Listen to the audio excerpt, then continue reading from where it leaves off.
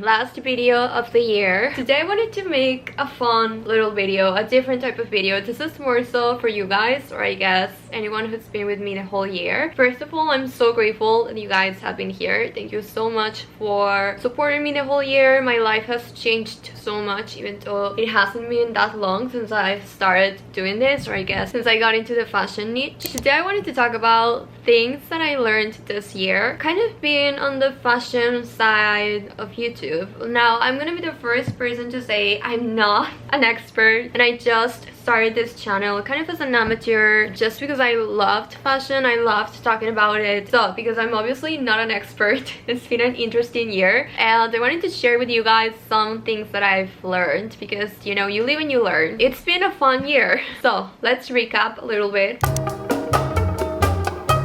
So the first thing that I learned this year is that every single fashion YouTuber or influencer has a different opinion about every trend. And I think at first I was a little stressed about that, because I was like, oh, I like some trends and I don't like other ones, and this person over here is saying that that trend is horrible and I'm saying that I'm loving it. But then I was like, you know what, this is so personal, and I think that's why, I mean, you choose who to follow, you choose who to watch. On that note, I also think everyone has a different perception of what timeless actually is. This I learned because I posted some timeless content this year, and based on the comments, I mean, a lot of people agree with me, but some comments weren't really agreeing with me, and it was like, I think timeless actually looks different for everyone. I also saw other timeless videos that other people were making, and it was like, I don't think that's timeless. And that's what made me realize that, is timeless even a thing? I think there are some things that could be timeless. I don't know, a white t-shirt, that's always gonna be timeless because everyone needs that, but that's more of a basic. It's not really timeless, right? So I think instead of calling something timeless, I would just go out of my way to say this has more longevity than something else, because there are macro trends and micro trends, and I definitely think just because it's a macro trend doesn't mean it's timeless. You know what I mean? So I'm kind of struggling with that. I think I'm gonna stop calling things timeless. Something else that I learned this year, I learned how to pronounce gingham. I think that is definitely gonna be everywhere this summer is gingham, gingham, gingham. That's something that actually kind of keeps me up at night. I think it's so funny. How did I not get more hit because of that? If you've been here since, I guess, May, which is when I posted that video, I did a summer trends I've been loving, or summer trends 2024 video type of thing, and I had been seeing a lot of gingham everywhere, but I've never heard that word in my whole entire life. I speak Spanish. Oh wait, my mom's calling me. Bueno? Mande. Mamá, es mi ropa.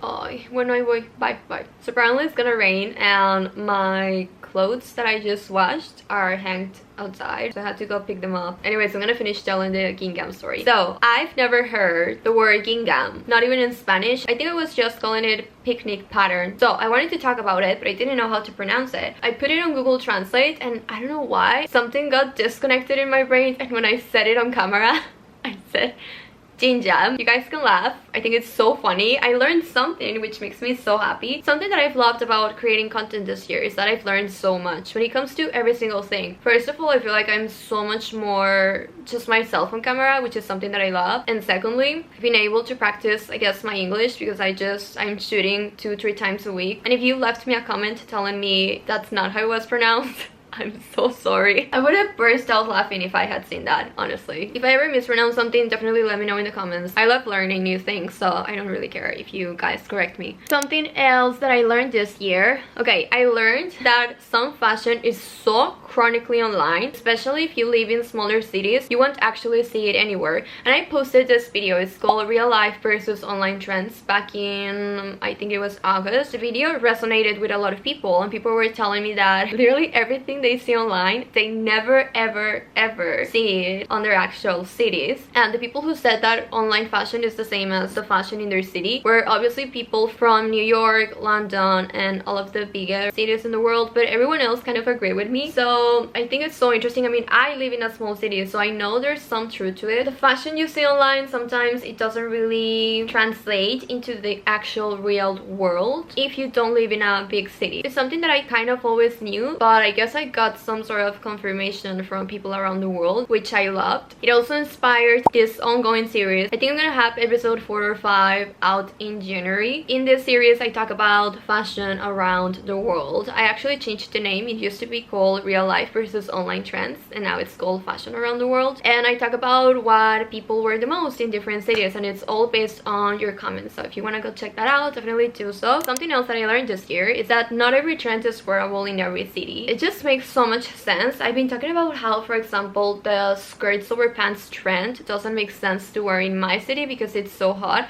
I know I'm wearing a sweater, but I have the air conditioner on. There are some trends that adapt to some cities and some trends that are just not wearable in some places. It's the beauty of living in different countries and just being a diverse world, I guess. Something else that I learned this year is that I got bored of trends so much faster just because of how much I was thinking about them for creation purposes, and I also got bored of certain pieces because I was watching them a lot. I guess it kind of worked in my favor because I ended up not buying a lot of things just because I was seeing them a lot, which is the reason why I think my content turned into more of a critical thinking when it comes to trends type of content. Do I really like this, or am I just being influenced because everyone is wearing it? It's no secret that I didn't love the trends this year. Something else that I learned this year is that most trends don't actually start out of nowhere, which is what I used to think when I was younger. I would just think they came out of nowhere, and honestly I think it's been 2-3 years since I realized that most trends you actually start seeing them around 2 years before they peak. For example, everything Isabel Marant is gonna be super big next year, and I actually started seeing that I think since January or February this year. I got some TikToks of a girl trying to make the Isabel Marant booties happen, and I remember thinking like, oh my god, she's crazy, that's never gonna happen. And then a lot of people started doing it, and it was like, this is happening. I don't think I'm gonna buy the shoes just because I remember my first thought when I saw it was, not those shoes again, I don't like them. So there's that. So that's also something that I learned, I guess not this year, but I've learned in the last couple of years. Something else that I learned this year, fashion is ever changing, and I think it's good that we're always experimenting with it. And I think my fashion sense is always going to be evolving, especially I think as we age, we're not always going to want to dress the same. So that's also something that I learned. I always try to look for pieces that feel authentic to me, that I know I would maybe want to wear when I'm older. A leather jacket or a coat, I think those pieces most of the time they can be with you your whole life if you really take care of them. Of course I have fun every now and then, and if I want to buy something that is super trendy that I know is gonna go out of style in a few years,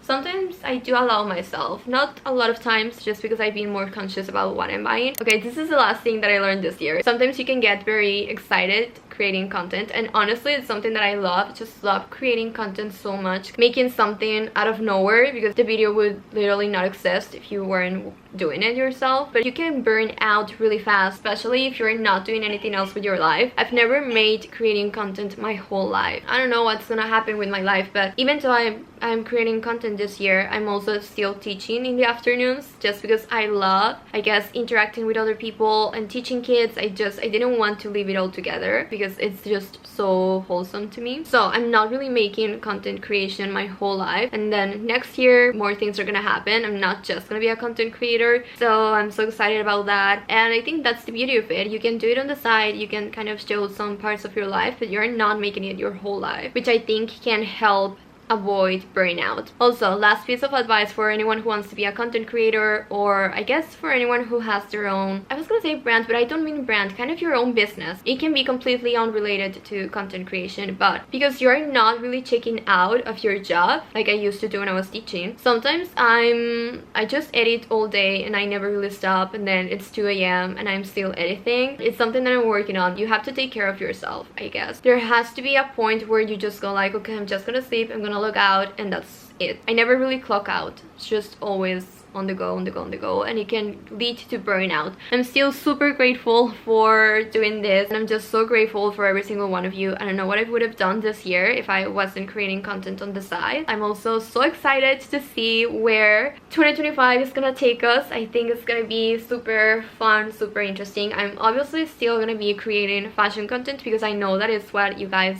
like the most. I think that's where I'm gonna end the video, but thank you guys so much for sticking with me this year. Definitely let me know what you guys want to see more of, I guess, in 2025. I do have some sort of content planned, nothing set in stone, but yeah, so excited, and thank you guys so much for being here. I really do appreciate every single one of you, and yeah, thank you for sticking with me this year, for putting up with me and my jam pronunciations. I don't know, just everything. Thank you guys a lot. I love you so much. I hope you have a really happy new year and a great 2025. Goodbye.